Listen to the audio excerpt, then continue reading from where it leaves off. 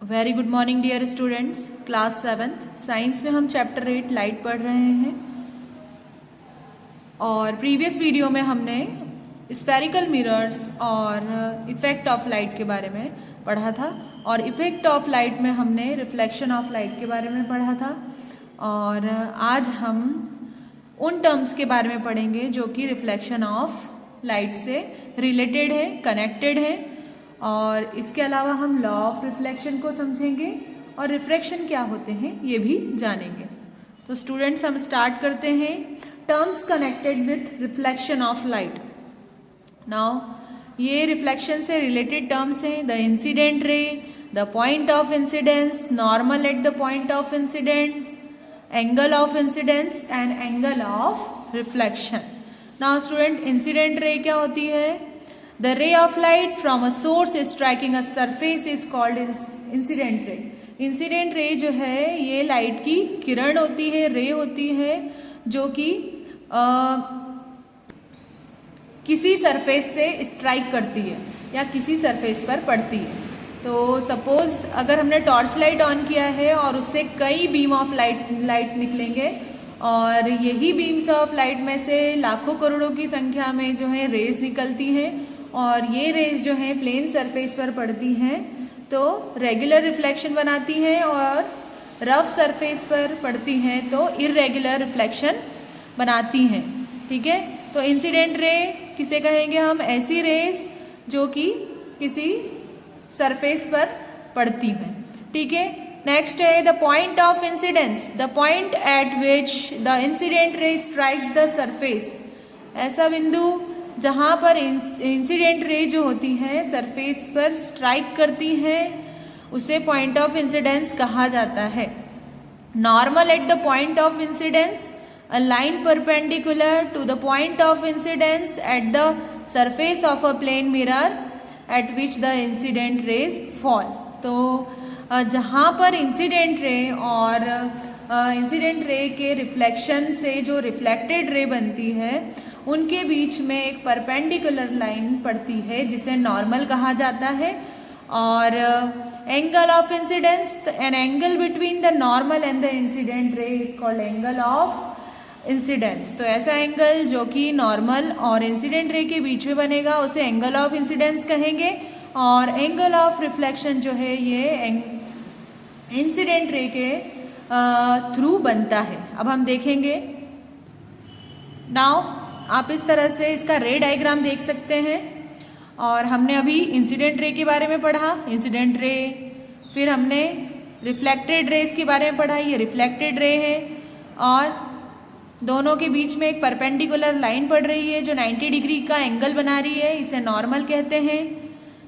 ठीक है, अब आपको यहाँ से दिख रहा है जैसे सपोज कोई लाइट सोर्स से यहाँ पर जो है लाइट रे निकली है और वो किसी सरफेस पर पड़ी है। सपोज ये प्लेन और आपको स्मूथ सरफेस दिख रही है, ये मिरर की सरफेस पर पड़ी है यहाँ पर, और ये जो रे है जो किसी सरफेस पर पड़ती है, स्ट्राइक करती है, इसे इंसिडेंट रे कहा जाता है। इंसिडेंट रेज जो है जिस एंगल से रिफ्लेक्टेड होती हैं उसे रिफ्लेक्टेड रे कहा जाता है।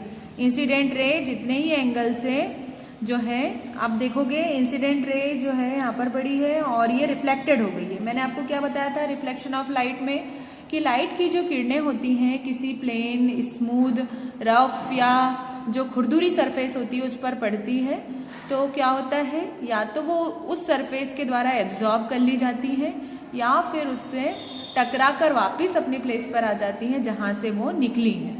ठीक है, तो जैसे इंसिडेंट रे यहाँ पर पड़ी, प्लेन सरफेस है, यहाँ पर आप देखोगे ये प्लेन सरफेस है और स्मूथ है तो यहाँ पर क्या होगी, ये सेम एंगल से रिफ्लेक्टेड हो जाएगी और ये जो रे बनी है इसको हम क्या बोलेंगे, ये रिफ्लेक्टेड रे है। अब रिफ्लेक्टेड रे और रिफ्लेक्शन जो रिफ्रैक्टेड रे और इंसिडेंट रे दोनों जो है एक पॉइंट पर मिल रही है, ये है यहाँ पर मिली है और यहाँ पर जो है दोनों को हम इक्वल एंगल से डिवाइड कर देंगे, एक परपेंडिकुलर लाइन बनेगी। आप देखोगे ये जो लाइन दिख रही है इस तरह से, इसमें 90 डिग्री का एंगल जो है लेफ्ट साइड भी बन रहा है और 90 डिग्री का एंगल जो है राइट साइड बन रहा है। तो ये परपेंडिकुलर लाइन का साइन होता है। आप देखेंगे इस तरह से, ये परपेंडिकुलर लाइन है, इसको हम क्या बोलते हैं, नॉर्मल बोलते हैं। और ये वाली जो लाइन है आपको दिख रही है ये इंसिडेंट रे है और ये रिफ्लेक्टेड रे है। ठीक है, दोनों एक पॉइंट पर मिलती हैं, इस पॉइंट को पॉइंट ऑफ इंसिडेंस बोलते हैं। और ये परपेंडिकुलर जो लाइन पड़ी है इसको हम एन से डिनोट करेंगे, कैपिटल एन से।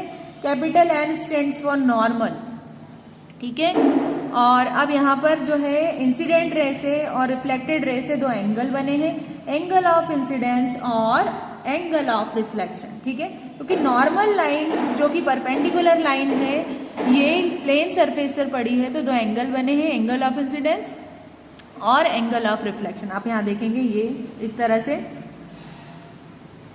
तो एंगल ऑफ इंसिडेंस को एंगल आई और एंगल ऑफ रिफ्लेक्शन को हमने एंगल आर से डिनोट किया है, ठीक है। तो इंसिडेंट रे को आई से, रिफ्लेक्टेड रे को आर से डिनोट करते हैं, ठीक है, और नॉर्मल को कैपिटल एन से। अब आप देखोगे यहाँ पर जो है 30 डिग्री का एंगल बन रहा है, ओके। यहाँ आप देखेंगे यहाँ जो है ये 30 डिग्री का एंगल बन रहा है यहाँ पर। ये जो है ये एंगल आई है, यहाँ बन रहा है, और ये एंगल आर, ठीक है। और ये जो है 180 डिग्री का एंगल है, रिफ्लेक्श एंगल है।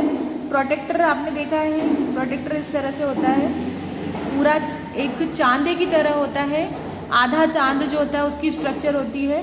तो उसमें आप देखोगे कि ये वाली साइड भी 90 डिग्री होती है और उसका हाफ जो पार्ट होता है वो भी 90 डिग्री होता है। तो हाफ ऑफ पार्ट में उसको करेंगे तो 90 डिग्री होगा और 180 डिग्री का ये टोटल पूरा होगा। और 180 डिग्री के एंगल को हम क्या बोलते हैं?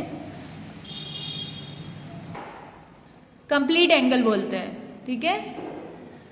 तो यहाँ पर जो है 90 डिग्री में से 30 डिग्री का एंगल ये है, 30 डिग्री का ये है, ठीक है। तो ये 30 का है तो ये 60 का होगा, ये 30 का है तो ये 60 का होगा।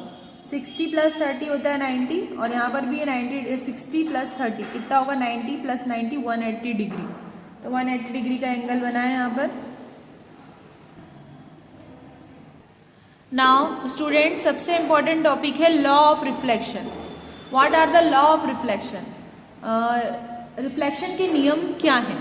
तो दो नियम है रिफ्लेक्शन के मेनली। पहला जो है वो है the angle of incidence is always equal to the angle of reflection, that is why angle I is equal to the angle R. इस तरह से यहाँ आप देखेंगे कि एंगल आई जो है वो एंगल आर के इक्वल है। जो इंसिडेंट रे ने जो एंगल बनाया है सेम वही एंगल जो है रिफ्लेक्टेड रे ने भी बनाया है। तो रिफ्लेक्शन का पहला नियम क्या है? The incident ray is equal to the angle, या हम बोल सकते हैं the angle of incidence is equal to the angle of reflection. Angle of incidence is equal to the angle of reflection. तो आप ये एंगल देखोगे, ये वाला एंगल है एंगल ऑफ इंसिडेंस का, और ये वाला जो एंगल है ये है एंगल ऑफ रिफ्लेक्शन का। और ये जो पॉइंट है इसे पॉइंट ऑफ इंसिडेंस कहते हैं। बीच में एक परपेंडिकुलर लाइन बनी हुई है, यहाँ पर पड़ी है, इतना डायग्राम आप देखो, इसको बोलते हैं नॉर्मल। नाउ सेकेंड लॉ है the incident ray, the reflected ray and the normal to the mirror at the point of incidence और lies in the same plane. Now look at the ray diagram once again. अब reflection का दूसरा नियम क्या है? Reflection का दूसरा नियम है incident ray, the reflected ray and the normal meet at the same point called point of incidence। तो ये इंसिडेंट रे है, आप एरो देखोगे ये इंसिडेंट रे के लिए है, और ये रिफ्लेक्टेड होती है तो एरो ऊपर की तरफ होता है। या किसी सरफेस पर पड़ती है इंसिडेंट रे तो एरो नीचे की ओर होता है, डाउनवर्ड्स होता है। और जब ये रिफ्लेक्टेड एंगल बनाती है या रिफ्लेक्टेड रे इसमें से निकलती हैं तो एरो ऊपर की ओर होता है। The incident ray, the reflected ray and the normal meet at the same point is called point of incidence। ठीक है, तो ये रिफ्लेक्शन का दूसरा नियम है। पहला नियम क्या है कि angle of incidence is equal to the angle of reflection. तो angle I is equal to the angle of reflection. और दूसरा नियम है कि incident ray, reflected ray and the normal meet at the same point is called point of incidence. Okay, is that clear? Now plane mirror क्या होता है? Plane mirror की जो सरफेस होती है वो रिफ्लेक्टिंग सरफेस होती है और किसी भी प्लेन सरफेस पर जैसे ही लाइट पड़ती है तो वो रिफ्लेक्ट हो जाती है और सेम मीडियम बनाती है, सेम मीडियम से रिफ्लेक्ट होती है वो. ठीक है, तो प्लेन मिरर पर या प्लेन मिरर की सरफेस पर पड़ने वाली जो लाइट्स होती हैं वो सेम मीडियम्स में ही रिफ्लेक्टेड होती हैं.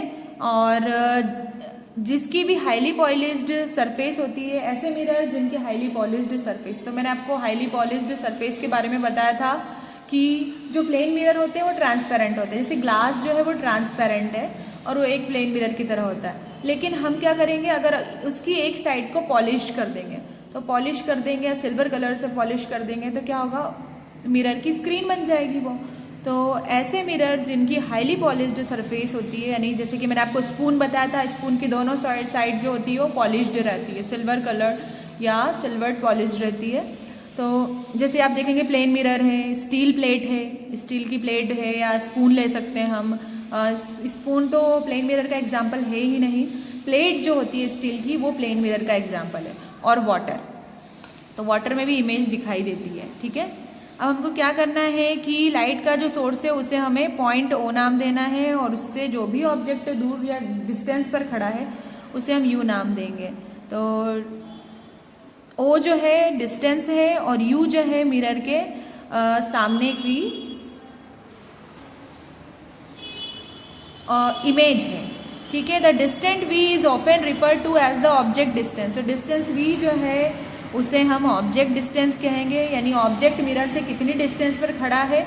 और यू जो है ये क्या बताएगा, ये इमेज डिस्टेंस को बताता है. ठीक है, लाइट रेज जो है वो किसी सोर्स पर पड़ती हैं तो रिफ्लेक्टेड होती हैं और इसमें जो है रिफ्लेक्शन के नियम ही फॉलो होते हैं जो कि अब मैंने अभी आपको जस्ट समझाया है. और रिफ्लेक्शन के बाद क्या होता है, रेज जो होती है डाइवर्ज हो जाती हैं और एक पॉइंट पर दिखती हैं और इस पॉइंट को आई कहा जाता है. और यहाँ पर अब दिया गया है इमेजेस जो कि उस पॉइंट पर पड़ती हैं जहाँ पर लाइट जो है इंटरसेक्ट होती है. तो क्या होगा, जहाँ से रे ओरिजिनेट होती हैं या निकलती हैं उसे आई नाम दिया गया है. और जो डिस्टेंस होती है, जहाँ जितनी दूरी से ये मिरर पर पड़ी हैं या जहाँ पर कोई इमेज मिरर से जितने डिस्टेंस पर खड़ा है उसे क्या बोलते हैं, उसे हम उसकी दूरी कहेंगे. और दूरी के लिए ऑब्जेक्ट के डिस्टेंस को हम वी से और इमेज की डिस्टेंस को हम यू से रिप्रेजेंट करेंगे. अब प्लेन मिरर का ये कॉन्सेप्ट है, ये प्लेन मिरर है, आप देखोगे इस तरह से, ये प्लेन मिरर है ना, इस तरह से ये स्पेरिकल मिरर है. स्पून जो स्पून की स्ट्रक्चर होती है, ये वाली साइड जो है स्पून की इसे कॉन्वेक्स कहते हैं. ये वाली साइड है जो ऊपर वाली साइड होती है इसको हम बोलते हैं कॉन्केव. कॉन्केव को हम कन्वर्जिंग मिरर भी बोलते हैं. और स्पून के अंदर वाली साइड को हम कॉन्वेक्स बोलते हैं और कॉन्वेक्स मिरर को हम जो है डाइवर्जिंग मिरर भी कहते हैं. अब यहाँ से जो है लाइट रे प्लेन मिरर पर पड़ेगी, ये आपको ये वाला मिरर दिखना है तो ये प्लेन मिरर पर जैसी पड़ेगी तो प्लेन मिरर पर जो है ये लंबी सी लाइन आपको दिख रही है ये आगे जाती है, तो ये प्रिंसिपल एक्सिस कहलाती है. और ये ना स्टूडेंट्स, ये एक प्लेन मिरर है और ये मिरर को एम से, नॉर्मल को एन से रिप्रेजेंट करते हैं. और ये जो लाइन पास होकर गई है इसे प्रिंसिपल एक्सिस कहते हैं, इसको कैपिटल पी से रिप्रेजेंट करते हैं. और मिरर और नॉर्मल के बीच के पॉइंट को पोल कहा जाता है. और प्रिंसिपल एक्सिस का जो सेंट्रल पार्ट होता है उसे सेंटर ऑफ कर्वेचर या मिरर का सेंटर हम बोल सकते हैं. कि जो प्रिंसिपल एक्सिस है उसका सेंट्रल पार्ट होता है सेंटर ऑफ कर्वेचर. और सेंटर ऑफ कर्वेचर के आगे आता है फोकस, यहाँ पर इमेज की फोकस बनती है. और यहाँ पर जो है कोई ऑब्जेक्ट खड़ा होता है तो जैसे ही लाइट उस पर पड़ती है या मिरर पर पड़ती है तो इंसिडेंट रे ऐसे इस तरह से पास होती है प्लेन मिरर पर. और प्लेन मिरर पर जो बनने वाली इमेज होती है वो रियल होती है और इन्वर्टेड होती है या फिर वर्चुअल और इरेक्ट होती है और सेम डिस्टेंस और सेम साइज की बनती है। ठीक है, इस तरह से होता है। तो ये जो है ये रिफ्लेक्टेड होती है सेम एंगल से। ये रिफ्लेक्टेड रे इस तरह से ये रिफ्लेक्टेड होती हैं। तो आप देख सकते हैं ये प्लेन मिरर का है। लेफ्ट और राइट मैंने आपको बताया था लेटरल इन्वर्जन को करते हैं। प्लेन मिरर पर बनने वाली जो इमेज होती है वो लेटरली इन्वर्टेड होती है। ठीक है, और लेफ्ट साइड जो है मिरर में राइट साइड दिखाई देती है और इस तरह से इमेज बनती है। यहाँ पर ऑब्जेक्ट है तो यहाँ पर जो इंसिडेंट रे गई है और ये यहाँ पर पड़ेगी पोल पर और ये क्या होगी, ये रिफ्लेक्टेड हो रही है राइट साइड से। ये यहाँ पर रिफ्लेक्टेड होगी इस एंगल पे और अंदर जो है मिरर में यहाँ पर इमेज बन रही है और जितनी डिस्टेंस पर ऑब्जेक्ट है उतनी ही डिस्टेंस की इमेज मिरर में बनेगी और लेफ्ट साइड वाली इमेज है वो राइट साइड बनेगी और रियल इमेज बनेगी। तो एरो का साइन आप देख सकते हैं सेम साइज का है तो रियल इमेज बनेगी। कैरेक्टरिस्टिक्स ऑफ इट्स इमेज, तो इमेज के जो कैरेक्टरिस्टिक्स हैं वो वर्चुअल और इरेक्ट बनेगी, इक्वल ऑब्जेक्ट के इक्वल बनेगी और behind same distance as the object जितनी डिस्टेंस पर खड़ा है उतनी डिस्टेंस पर इमेज भी बनेगी, उतनी ही डिस्टेंस की दिखाई देगी। और जो बनने वाली इमेज है वो लेटरली इन्वर्टेड होती है यानी लेफ्ट टू राइट बनती है ना। आप देख सकते हैं लेटरल इन्वर्जन क्या होता है, तो apparent reversal of the mirror images left and right when compared with the object is called lateral inversion. तो आप देखोगे लेफ्ट का राइट इसमें दिखाई देता है मिरर में। कल हमने इसके बारे में पढ़ा था। स्फेरिकल मिरर सब हम देखेंगे। तो स्फेरिकल मिरर जो है गोलाकार दर्पण होते हैं, मिरर होते हैं। तो इसमें भी आप देखोगे प्रिंसिपल एक्सिस है, ये इसका सेंट्रल पार्ट है। ये मिरर गोल होते हैं जैसे कि मैंने आपको स्पून दिखाया था, बॉल दिखाई थी। तो ये इसका मिरर को एम से और नॉर्मल को एन से और इसका सेंट्रल पार्ट को पी एन ए पोल्स बोलेंगे। और प्रिंसिपल एक्सिस का सेंट्रल पार्ट जो होता है, गोले का जो सेंट्रल पार्ट होता है उसे सेंटर ऑफ कर्वेचर कहेंगे। और इसके बीच का जो पॉइंट होता है सेंटर ऑफ कर्वेचर का और पोल का, उसे हम कहते हैं फोकल लेंथ। या और फोकल लेंथ जो होती है, फोकल लेंथ के जो ये जो पार्ट फोकल लेंथ को हम 2 में मल्टीप्लाई कर देंगे तो हमारा फोकस निकल आएगा। तो R is equal to 2 into f. जब 2 का मल्टीप्लिकेशन जो है हम फोकल लेंथ में करेंगे यानी फोकल लेंथ को दुगना कर दे तो मिरर की, गोलाकार मिरर की जो है रेडियस निकल आएगी। ठीक है, ये इसकी रेडियस होती है। सेंटर ऑफ कर्वेचर से पोल तक की जो डिस्टेंस है उसकी रेडियस कहलाती है। और यहाँ पर इमेज जो है फोकस पर बनती है। फोकल लेंथ ये कैपिटल एफ जो है वो फोकस के लिए और स्मॉल एफ जो है वो फोकल लेंथ के लिए। ठीक है, तो P फॉर पोल है, capital P for principal axis,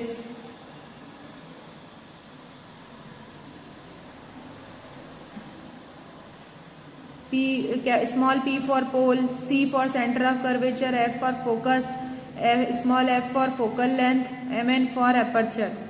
ठीक है, इसे अपर्चर कहेंगे। और ऐसा ये जो है हमने इसकी लेबलिंग इसलिए करी आपको दिखाने के लिए क्योंकि स्फेरिकल मिरर जो होते हैं इनकी रिफ्लेक्टिंग सरफेस जो होती है कर्व्ड होती है, घुमावदार होती है, गोलाकार होती है और दोनों ही साइड जो होती है पॉलिश्ड होती है। स्फेरिकल मिरर 2 टाइप्स के होते हैं, कॉन्वेक्स और कॉनकेव। नाउ स्टूडेंट्स हम रिफ्रैक्शन ऑफ लाइट के बारे में पढ़ेंगे। रिफ्रैक्शन ऑफ लाइट क्या है स्टूडेंट्स? रिफ्लेक्शन ऑफ लाइट की तरह रिफ्रैक्शन ऑफ लाइट भी लाइट का एक प्रभाव है।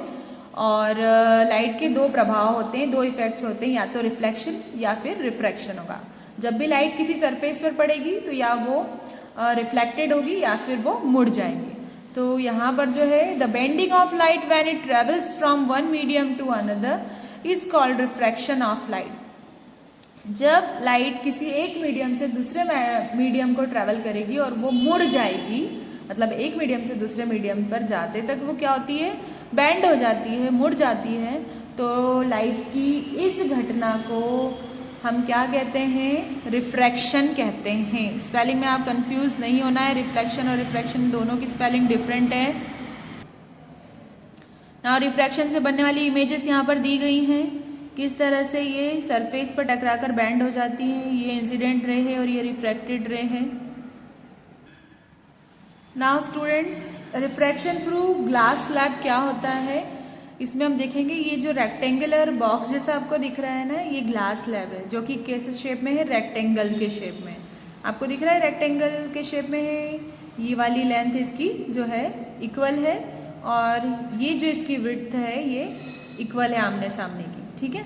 तो ये इससे हम क्या बोलेंगे, रेक्टेंगुलर ग्लास स्लैब या जो है रेक्टेंगुलर कांच का टुकड़ा भी हम इसे बोल सकते हैं। कांच का स्लैब होता है, ये मोटा होता है थोड़ा, और इसकी एक साइड को हमने इसकी चारों साइड्स को नाम दे दिया PQRS इस तरह से। अब इस पे जो ये वाली रे पड़ी है ये इंसिडेंट रे है।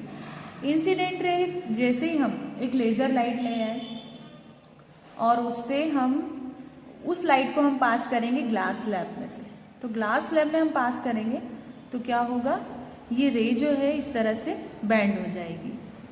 आप देखेंगे ये इंसिडेंट रे है और ये जो मुड़ी हुई रे है ये रिफ्लेक्टेड रे है, और दोनों के बीच में एक लाइन पड़ी है और इस लाइन को हम नॉर्मल बोलेंगे, और ये एंगल ऑफ इंसिडेंस है और ये एंगल ऑफ रिफ्लेक्शन है। तो आप आई और आर देख सकते हैं, इसको एंगल आई और एंगल आर भी बोल सकते हैं। एंगल ऑफ रिफ्लेक्टेड रे से जो एंगल बनाया उसे एंगल ऑफ रिफ्लेक्शन बोलेंगे, और इंसिडेंट रे ने जो एंगल बनाया उसे एंगल ऑफ इंसिडेंस कहेंगे, ठीक है। अब यहाँ से देखेंगे ये रे जो है ग्लास स्लैब से पास होकर जो है हल्के मीडियम में आ गई। अब आपको पता है हल्के और भारी मीडियम का क्या मतलब होता है। कांच जो होता है वो हवा से भारी होता है, और जैसे कि पानी जो है पानी से हल्की होती है हवा, और पानी से भारी होता है ग्लास। तो ग्लास, वाटर और एयर तीनों ही ट्रांसपेरेंट होती हैं। तो अब हमको क्या करना है कि लाइट जो है वो डिफरेंट मीडियम में से पास करवाना है, और हम देखेंगे लाइट बैंड होती है कि नहीं होती है। तो स्टूडेंट्स, लाइट जैसे ही यहाँ से पास होगी तो ग्लास स्लैब से इस तरह से निकलेगी, और यहाँ पर एक जो है क्रॉस यहाँ से पास होकर जो एक बड़ा सा रिफ्लेक्शन का एंगल बना लेगी, ठीक है। यहाँ पर भी एक लाइन पड़ेगी, इस लाइन को नॉर्मल बोलेंगे, और यहाँ जो एंगल बनेगा इसे एंगल ऑफ इंसिडेंस बोलेंगे। अब आप देखेंगे रिफ्रैक्शन ऑफ लाइट क्या होती है कि जब हम लाइट रेज को जो है ओपेक मीडियम में या फिर डेंसर मीडियम में या फिर किसी भारी मीडियम में पास करवाते हैं तो क्या होता है, जो इंसिडेंट रे रहती हैं वो छोटे एंगल का जो है एंगल ऑफ रिफ्लेक्शन बनाती हैं। और आप यहाँ देखेंगे एंगल ऑफ रिफ्लेक्शन है जो कि छोटा बना है, लेकिन यहाँ पर जैसे ही ग्लास से पास हुई है तो एंगल ऑफ रिफ्लेक्शन जो है वो बड़ा हो गया, और एंगल ऑफ इंसिडेंस से जो आप देखोगे यहाँ रिफ्लेक्शन हुआ है और एक नॉर्मल रे पड़ी है, नॉर्मल एक यहाँ पर लाइन पड़ी हुई है। और जैसे ही लाइट जो है यहाँ से पास हुई है और ग्लास स्लैब से बाहर यानी हवा में आ गई, हल्के मीडियम में आ गई, तो हल्के मीडियम में आने से क्या हुआ, बड़ा एंगल बन गया। लेकिन भारी मीडियम में लाइट पास हुई तो छोटा एंगल बना। तो ये कॉन्सेप्ट क्या कहता है कि लाइट की रेज होती है डेंसर मीडियम हवा, अभी जो लाइट हमने रखी थी टॉर्च लाइट वो रेयरर मीडियम में यानी हल्के मीडियम में रखी थी, ठीक है। तो हम हवा में अगर टॉर्च लाइट को दिखाएंगे या लेज़र लाइट को दिखाएंगे तो वो एयर वाला मीडियम या इसे हम रेयरर मीडियम भी कहेंगे, यानी उसे हल्का मीडियम कहेंगे। और हल्के मीडियम से हमने लाइट जो भारी मीडियम में यानी कि ग्लास में यानी कांच में पास करवाई तो वो छोटा सा एंगल बनाती है। तो इससे ये प्रूफ होता है कि रेयरर मीडियम से डेंसर मीडियम में अगर लाइट पास होती है तो वो मुड़ जाती है, ठीक है, कम एंगल से मुड़ जाती है, रिफ्लेक्टेड एंगल से मुड़ जाती है। लेकिन जब लाइट की रेज ग्लास स्लैब से लाइट हवा में यानी हल्के मीडियम में वापस आती है तो बड़ा सा एंगल बनाती है, ठीक है। तो कहने का अर्थ ये है कि लाइट जब भारी मीडियम से हल्के मीडियम को जाती है तो रिफ्लेक्टेड एंगल जो है वो बड़ा बनता है, और हल्के मीडियम से भारी मीडियम में जाती है तो एंगल ऑफ रिफ्लेक्शन जो है वो रिफ्रैक्शन जो है वो छोटा बनता है। यहाँ पे रिफ्लेक्शन की बात नहीं हो रही है, रिफ्रैक्शन की। यहाँ आर मतलब क्या होता है, रिफ्रैक्शन, ठीक है। यहाँ करेक्शन करना है आपको, आर मतलब होगा यहाँ पे रिफ्रैक्शन, और हमने जो रिफ्लेक्शन पढ़ा था वहाँ पर आर का मतलब है रिफ्लेक्शन या reflected ray, reflected angle of reflection. यहाँ पर बात होगी रिफ्रैक्टेड रे की और एंगल ऑफ रिफ्रैक्शन की। ना स्टूडेंट्स, अब हम कॉन्वेक्स मिरर के बारे में पढ़ेंगे, कॉन्वेक्स और कॉन्केव मिरर के बारे में, कि उसमें जो इमेज बनती है वो कैसे बनती है। अभी तक हमने प्लेन मिरर के बारे में पढ़ा था, अब हम स्फेरिकल मिरर्स के बारे में पढ़ेंगे। और स्फेरिकल मिरर कितने टाइप्स के होते हैं? 2 टाइप्स के होते हैं, ठीक है, कॉन्केव और कॉन्वेक्स। तो यहाँ पर कॉन्केव मिरर दिया गया है, आप देखोगे ये मिरर के ऊपरी वाली यानी स्पून के ऊपर वाली जो सरफेस है वो क्या है? कॉन्केव होती है, ठीक है। तो ये इसका पोल है और ये एमएन अपर्चर है, ये फोकस है, सेंटर ऑफ कर्वेचर है। तो इसमें डिफरेंट टाइप्स की इमेज पास होगी। जब जो रे है, अगर वो पैरेलल, ये रे है, इंसिडेंट रे है, ये पैरेलल मिरर पर पड़ती है तो क्या होता है? पैरेलल मतलब इक्वल लाइंस दिख रही है, पैरेलल है। तो ये पैरेलल मिरर पर पड़ेंगी तो क्या होगी? फोकस से पास होकर जाएंगी और रिफ्लेक्टेड हो जाएंगी। तो फोकस से पास होकर रिफ्लेक्टेड हो जाएंगी, ये रिफ्लेक्टेड एंगल है। और कॉन्वेक्स मिरर में जो बनने वाली इमेज होती है वो वर्चुअल होती है, सीधी होती है, इरेक्ट होती है और साइज में छोटी होती है। और साइज में छोटी होती है यानी as compare to the object. जब ऑब्जेक्ट की कंपैरिजन कॉन्वेक्स मिरर में बनने वाले इमेज से करेंगे तो वो इमेज जो है वो पॉइंट साइज रहती है, छोटी रहती है और आभासी रहती है, इरेक्ट रहती है। और ये जो है किसी भी ऑब्जेक्ट को वाइडर व्यू प्रोवाइड करता है, ठीक है।